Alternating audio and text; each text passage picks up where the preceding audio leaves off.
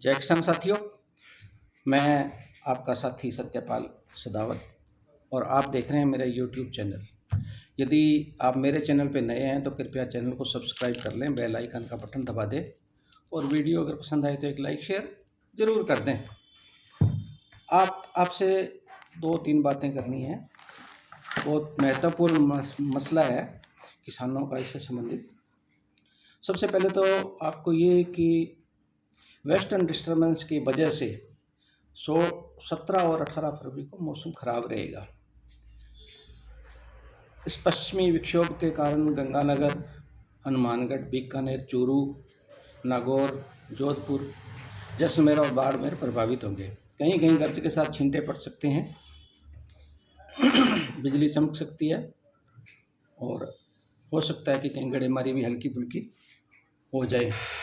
इसके अलावा जो दूसरी महत्वपूर्ण खबर है आपके लिए वो ये है कि बैंकों द्वारा बीमा गड़बड़ी को लेकर के जो बीमा गड़बड़ियां किसानों के साथ की जाती थी, किसानों से प्रीमियम काटा, बीमा क्लेम जब आया तो बीमा क्लेम किया और बीमा क्लेम कहाँ गया ये किसान को पता नहीं होता था, लेकिन बैंक मैनेजर को ये पता होता था कि बीमा क्लेम कहाँ जा रहा है। यानी कि संबंधित व्यक्ति के पास न जा करके किसी अन्य अकाउंट में जाता था। ऐसी कई गड़बड़ियां सामने आने के बाद में सरकार ने एसओजी गठन का निर्णय ले लिया है।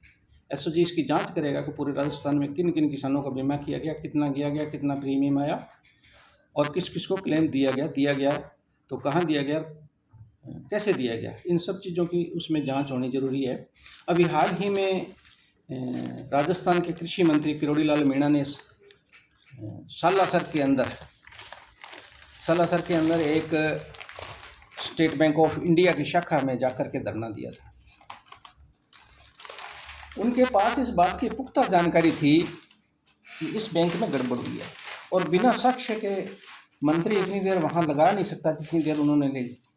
वो जाकर के सीधा बैंक मैनेजर से मिले और बैंक मैनेजर से उन्होंने कहा कि कृषि बीमा क्लेम से संबंधित जो भी फाइलें हैं, जो भी रिकॉर्ड है, केसीसी से संबंधित जो भी रिकॉर्ड है, आप मेरे को दिखाएं, मैंने फाइल देखनी है।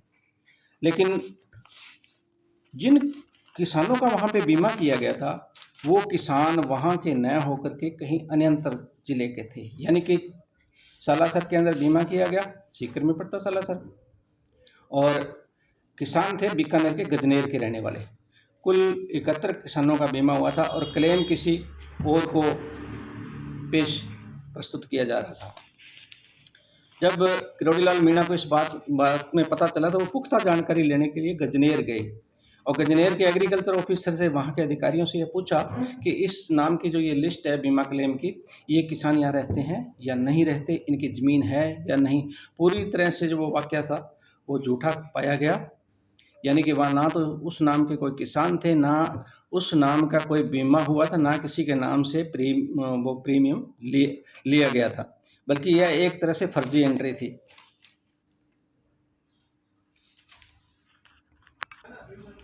कृषि मंत्री ने सालासर चूरू के जो बैंक मैनेजर थे उमेश कुमार सारस्वत, उनसे इन किसानों के, जिनका 71 किसानों का बीमा किया गया, किसानों का बीमा दिखाया जा रहा था लोगों का किया हुआ, उसके जो बैंक संबंधी जितने भी कागजात थे, रिकॉर्ड से संबंधित, जमाबंदी, आधार कार्ड, पैन कार्ड सहित अन्य दस्तावेज दिखाने का बैंक मैनेजर से आग्रह किया। लेकिन बैंक मैनेजर उस दौरान उनके सामने कोई भी कागज पेश नहीं कर पाए, जबकि बैंक के अंदर किरोड़ी लाल मीणा कम से कम 3 घंटे तक बैठे रहे, लेकिन किसी भी प्रकार का साक्ष्य बैंक द्वारा प्रस्तुत नहीं किया गया।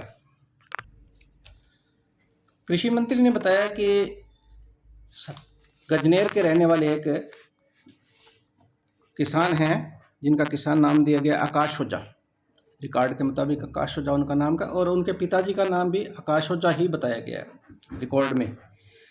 जबकि गजनेर के अंदर आकाश ओझा नाम के कोई भी किसान नहीं है जो इन 71 किसानों में शुमार हो, लेकिन सालासर के बैंक में ये एंट्री उन्होंने बताई किया है। लगभग 15 लाख का प्रीमियम जो है वो इन 71 किसानों से काटा गया है और 9 करोड़ रुपए इनको मिलने वाले थे।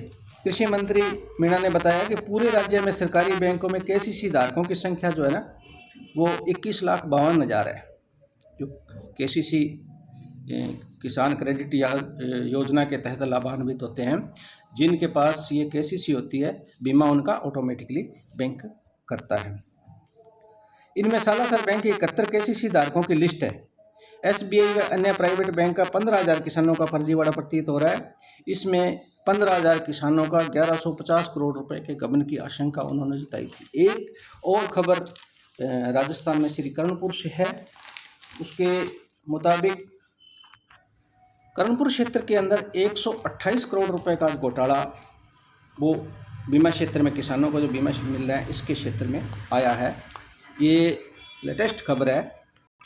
इसमें कहा जा रहा है कि बैंक ने बिना किसी आधार के KYC के किसानों का लोन दर्शा करके उनके साथ फर्जीवाड़ा किया जा रहा था। जो कृषि मंत्री ने कहा कि कर्णपुर के अंदर फसल का नुकसान जो है वो शून्य शो किया गया, यानी कि किसी प्रकार का कोई नुकसान नहीं है वहाँ पे। उसके बावजूद भी किसानों को जो है इसका जो वास्तविक खराबा है वो 50 से 60% खा करके लगभग 128 करोड़ रुपए का घोटाला किया जा रहा था।